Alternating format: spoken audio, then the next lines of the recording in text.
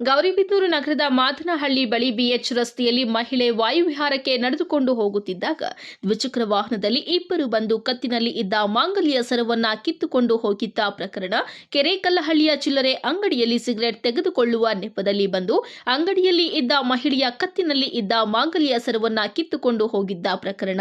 ನಗರದ ವಿನಾಯಕ ನಗರದ ರಸ್ತೆಯಲ್ಲಿ ನಡೆದುಕೊಂಡು ಹೋಗುತ್ತಿದ್ದಾಗ ದ್ವಿಚಕ್ರ ವಾಹನದಲ್ಲಿ ಬಂದು ಮಹಿಳೆಯ ಕತ್ತಿನಲ್ಲಿ ಇದ್ದ ಮಾಂಗಲ್ಯ ಸರ ಕಿತ್ತುಕೊಂಡು ಹೋಗಿದ್ದ ಪ್ರಕರಣ ಮತ್ತು ಮನೆಯ ಬಾಗಿಲು ಹೊಡೆದು 143 ಗ್ರಾಂ ಚಿನ್ನಾಭರಣವನ್ನ ಕಳ್ಳತನ ಮಾಡಿದ ಈ 4 ಜನ ಆರೋಪಿಗಳನ್ನು ವಶಪಡಿಸಿಕೊಳ್ಳುವಲ್ಲಿ ಯಶಸ್ವಿಯಾಗಿದ್ದಾರೆ. 3 ಸಲ ಕಳ್ಳತನ ಪ್ರಕರಣದಲ್ಲಿ ಅಂತಾರಾಜ್ಯ ಇರಾನಿ ತಂಡ ಕೃತ್ಯ ಎಸಗಿರುವುದಾಗಿ ಖಚಿತ ವರ್ತಮಾನ ತಿಳಿದು ಬಂದಿದ್ದು, ಅದನ್ನ ಬೆನ್ನಟ್ಟಿದ ಪೊಲೀಸರು ಮಹಾರಾಷ್ಟ್ರ ರಾಜ್ಯದ ಕೊಲ್ಲಾಪುರ ಜಿಲ್ಲೆಯ ಶಿರೋಳ ತಾಲೂಕಿನ ಜೈಸಿಂಗ್ಪುರ್ ಗಾಂಧಿನಗರದ ವಾಸಿಗಳಾದ ಅಬ್ಬಾಸ್ ಮುನೀರ್ ಇರಾನಿ ಅಟ್ ಟೈಗರ್ ಬಿನ್ ಮುನೀರ್, ಶರೀಫ್ ಬಾಧೆ ಇರಾನಿ, ಅಬ್ಬಾಸ್ ಏಜಾಜ್ ಇರಾನಿ ಬಿನ್ ಏಜಾಜ್, ಜಾವಿದ್ ಜಹಂಗೀರ್ ಇರಾನಿ ಬಿನ್ ಲೇಟ್ ಜಹಂಗೀರ್ ಅವರು ಎಂದು ಖಚಿತ ಮಾಹಿತಿ ತಿಳಿದು ಬಂದಿದ್ದು, ಇವರಲ್ಲಿ 3 ಜನ ಆರೋಪಿಗಳನ್ನ ಬಂಧಿಸಿದ್ದು ಮತ್ತು 4ನೇ ಆರೋಪಿಗಾಗಿ ತನಿಖೆ ಮುಂದುವರೆಸಿದ್ದಾರೆ. ಮನೆ ಕಳ್ಳತನದಲ್ಲಿ ಭಾಗಿಯಾಗಿದ್ದ ಗೌರಿಬಿದನೂರು ನಗರದ ಹಿರೇಬಿದನೂರಿನ ಗ್ರಾಮದ ವಾಸಿಯಾದಂತಹ ಮೆಹಬೂಬ್ ಪಾಷಾ